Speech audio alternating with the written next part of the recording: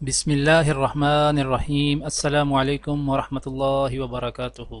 آج ہم رسول اکرم صلی اللہ علیہ وآلہ وسلم کا بیت الخلاء میں قبلہ کی طرف منہ کر کے نہ بیٹھنے کے متعلق ایک فرمان بیان کریں گے انشاءاللہ۔ اس سے پہلے آپ سب سے گزارش ہے کہ اس ویڈیو کو آگے ضرور شیئر کریں، جزاک اللہ۔ حضرت ابو ایوب انصاری رضی اللہ تعالی عنہ سے روایت ہے کہ رسول اللہ صلی اللہ علیہ وآلہ وسلم نے فرمایا کہ جب تم میں سے کوئی بیت الخلاء میں جائے تو قبلہ کی طرف منہ کرے، نہ اس کی طرف پشت کرے، بلکہ مشرق کی طرف منہ کر لو یا مغرب کی طرف۔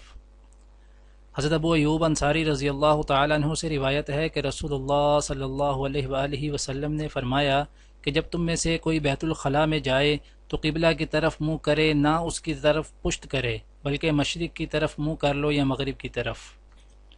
دعا ہے کہ اللہ تعالی دنیا اور آخرت کی تمام بھلائیاں عطا کرے، عمل کی توفیق دے۔ سبحان ربک رب العزت عما یصفون وسلام علی المرسلین والحمد للہ رب العالمین، آمین۔